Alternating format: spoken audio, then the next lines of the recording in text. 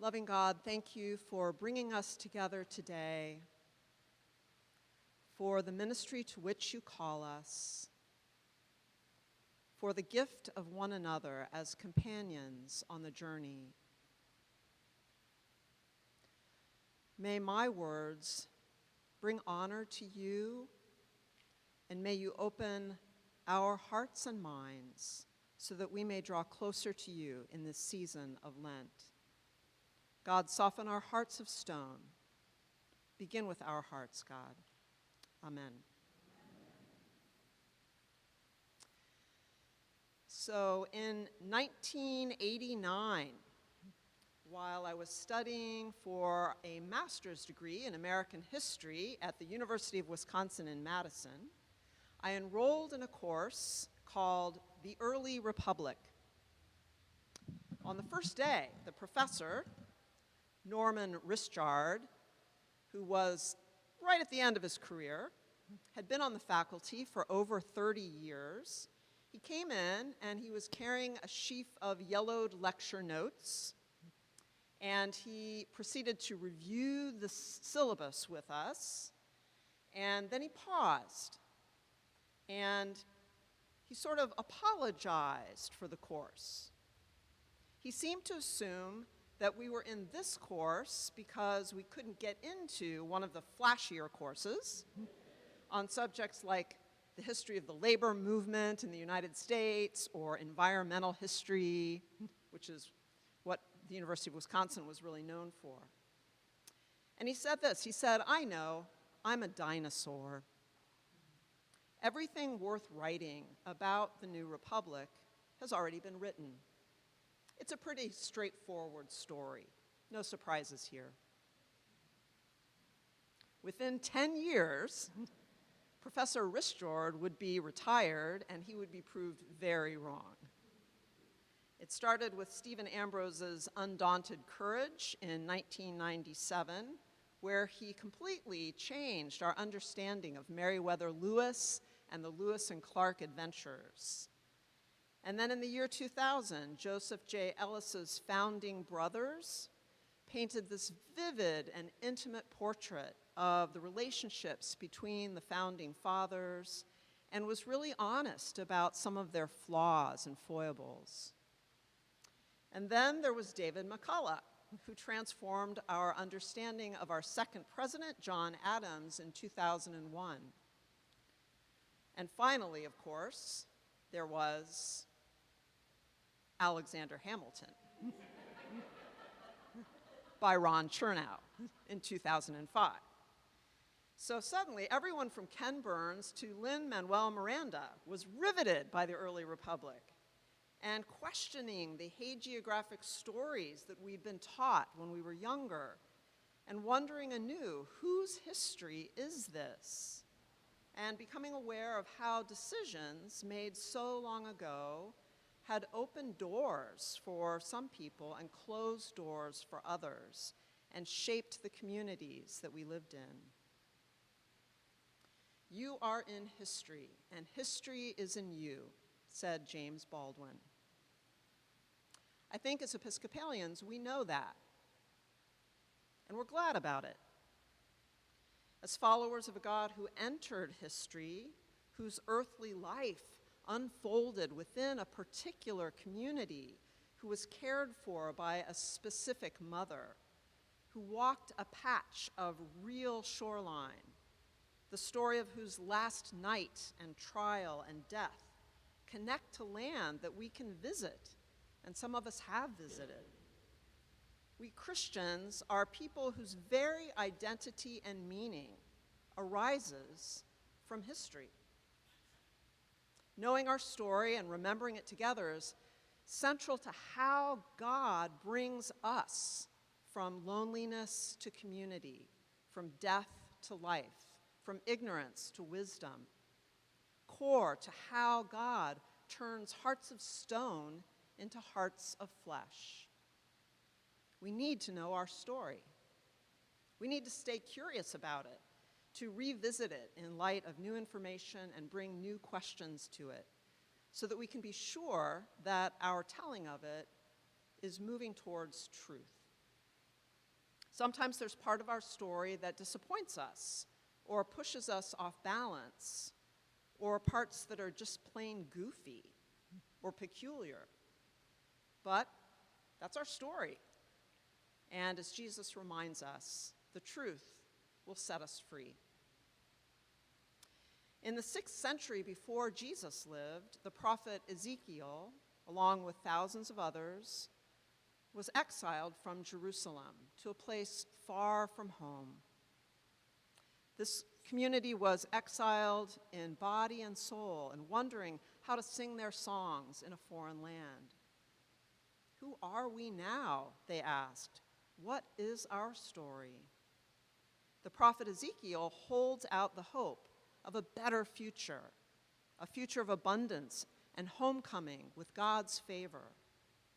But to get there, he is very clear, we have to tell the truth about ourselves. We have to acknowledge how human we are, our successes and our failures, our calling and our need for God's leading. Telling the truth is a mark of our obedience, Ezekiel says. And without it, God cannot turn our hearts of stone into hearts of flesh. We cannot have the future that God dreams for us if we don't tell the truth. About 1,400 years after Ezekiel was writing all of this, a group of people gathered to prepare to celebrate the 100th anniversary of the Cathedral Church of St. Paul in Boston. Our team thought they were taking on a one-year task that would culminate in a great celebration in October of 2020. But 2020 had other plans. First, the pandemic put the kibosh on the great celebration. Second, it became clear to the team that we needed to slow down. Yes, we had some great historical materials and photographs to draw from, but the church and the world were inviting us to dig deeper. We were in a time of holy reckoning, in part around our racial and economic history of all institutions, including this one. We needed to go back to our sources with new questions. Who lived on this land long before it became a church? Are there strands of our history that contributed to the large racial wealth gap in Boston and the disparity in access to health care that had such devastating impact during the pandemic, and to the persistence of racism in the world and in our church? Although St. Paul's was founded after the Commonwealth outlawed slavery in 1783, did our founders' fortunes, which made possible the building of this edifice, depend on the slave-based economy or even contribute to its expansion? So we became a history committee, and we opened our eyes and our hearts to discovery. We revisited archival material, we met with a historian from the Charles River Museum of Industry, we learned from colleagues and friends in the diocese and beyond, who were also revisiting their history. We had a lively correspondence with a historian of the Aquia quarries in Virginia, and we had debates about whether and when we could cast moral judgment on people who lived in a different era from us. We added all of the things that we found to our website so that it sat alongside the traditional telling of the founding of this place, and we shared that out with the diocese. And today, we bring together the histories that have come down to us and the histories that we have newly written. We bring these together in a display that shares just a bit of the story, just the tip of the iceberg, with anyone, everyone who walks into the doors of this place, which calls itself a house of prayer for all people, and has striven to live into that mission for so long. There's so much to say about all of this. A lot of it's going to need to wait till we gather for lunch. But for right now, I just want to say 4 things briefly. The first thing I want to say is we need to share our history. It's really important. The overwhelming majority of people who walk up and down Tremont Street every day have no idea of any of our history. They don't know what the Episcopal Church is. They don't know what a cathedral is. It's all a mystery to them. We need to share our history. And we can't assume even that people who come to our churches on Sunday morning know much of that history or know much about the traditions that we hold. We need to not just share our history, but we need to share our whole history. The divine and the human, the inspiring and the insipid, the noble and the not so noble. Doing this allows for compunction. It's a good Lenten word, compunction. A healthy puncturing of falsehood and a confrontation with our humanity, our humanness, our need for grace, our connection to systems that have done harm and need changing. As Thomas Merton writes, compunction allows for the acceptance of one's actual condition, and the acceptance of reality is always a liberation from the burden of illusion. Let me read that again. It's a beautiful definition. Compunction allows for the acceptance of one's actual condition, and the acceptance of reality is always a liberation from the burdens of illusion. We are human, so were our ancestors in the faith, all of us at all times. What will history say of us? Third, we are never done researching, writing, and telling our story. Norman Ristjord was wrong. History is always changing. Our history committee knows that, and so we invite your comments, your input, your new questions, links to sources that we haven't looked at. This display is a mark in time, but it's not the end of the story. This is a conversation. So we invite you to be part of that conversation and help us out. Finally, the freedom to tell our story is precious. When the ability of historians, institutions, and families to discover and share their history is limited, outlawed, or constricted, when websites are taken down, when journalists are threatened for telling the truth or excluded from the room where it happens, we are all made less human.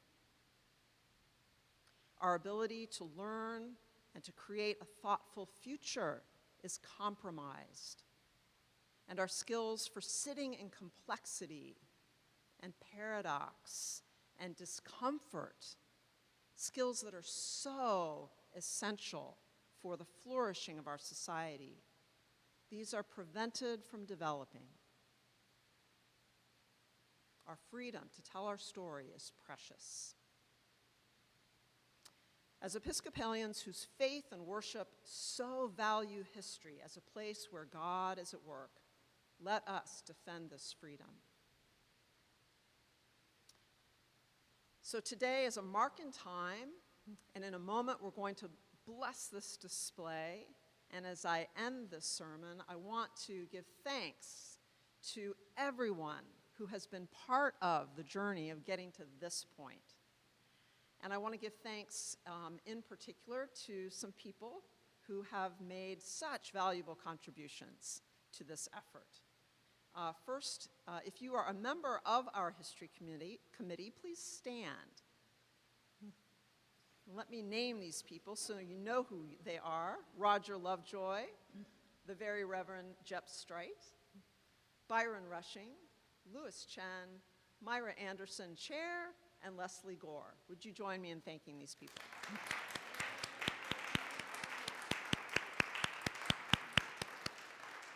Thank you. Other people were on this committee at various points in time, including Louise Mundinger, Lynn Smith, Brett Dunham, Tamara Tucker, Lauren Zook, and Stefan Griffin. So we thank them as well.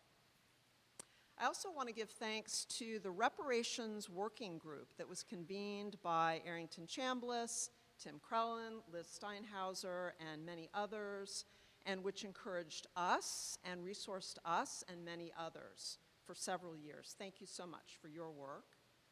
And to Alden Fawcett, who was the author, and the Reparations Subcommittee of the Diocese for their 2024 historical framework on how the diocese benefits today from chattel slavery and its legacy. I know Chris Wendell was on that committee. Is there anyone else here who was part of that committee? Great. Thank you. I brought a copy of it with me if you haven't seen it. And I also want to thank Cathedral Chapter for their support and their prayers in all of this, especially Jane Peyrous and Jen Hopcroft, our chair and vice chair. And particular thanks to Jep and to Myra, whose generosity helped make this display possible. Thank you so much. So thanks be to God for all that is the history of this cathedral. Thanks be to God for everyone who has been on this ground for centuries, making it the beautiful and complex and very human and very inspiring, wonderful place that it is. Amen. Jeff has a word.